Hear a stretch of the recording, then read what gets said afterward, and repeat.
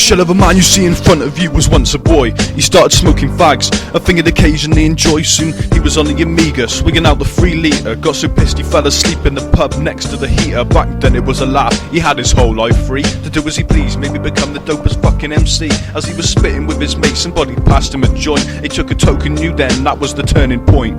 Baptised in the fire and the smoke, he was anointed. Didn't care about his mother, that she would be disappointed when he dropped out of school to make money off smoke. But that was only the beginning. With his dagger and cloak, he took off into the night and got battered and robbed. His weed tax, from then on he would just always get mobbed. When he was sitting on the bench, his thoughts he would collect were sick of getting nothing from his peers but disrespect. They call him Mad Mike because he's absolutely mental, eating up scraps from people's chicken oriental, collecting fag butts and smoking letters and shit. Before he went downhill, man, that kid knew how to spit, so he decided to crank it up a notch.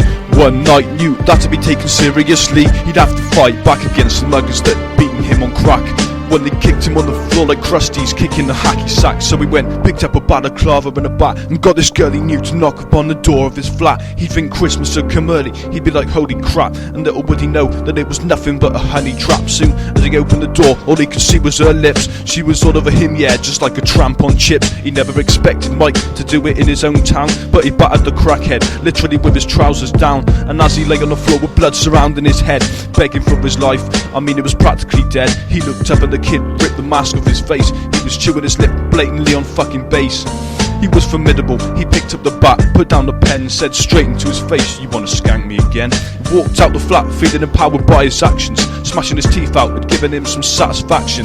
People started to notice, he turned into a tasty lad. But I'm about to explain the reason why he's totally mad. He was having a pint, but he was like approached by his dealer. See, all you have to do is take a bottle of sip from A to B. They call him Mad Mike because he's absolutely mental, eating up scraps from people's chicken oriental, collecting fag butts and smoking letters and shit. Before he went downhill, man, that kid knew how to spit. He whacked the bottle in his fridge and went to bed, but at night he got up because he felt the human need for a shite. He headed down into the kitchen, he was hardly awake. He pulled the handle on the fridge, but the light made his eyes ache. Grabbed the first drink from the fridge and necked it quick as he could. He suddenly realised, and it seemed like forever he stood. His heart sank, he tried to make himself sick, but it was too late. He'd only done about 2 drops of acid to date, and he was lying on the floor and fucking having a fit, until his missus came down and saw the bottle and said shit. He'd done about 70 drops at one fucking time, and as he swirled into the vortex, he'd never again rhyme. He'd opened doors in his mind that he could never hope to close. His mind travelled in circles and irregular flows, short-circuited his brain, but the poor cunt was still alive.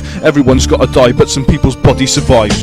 They call him Mad Mike because he's absolutely mental, eating up scraps from people's chicken oriental, collecting fag butts and smoking letters and shit. Before he went downhill, man, that kid knew how to spit. They call him Mad Mike because he's absolutely mental, eating up scraps from people's chicken oriental, collecting fag butts and smoking letters and shit. Before he went downhill, man, that kid knew how to spit.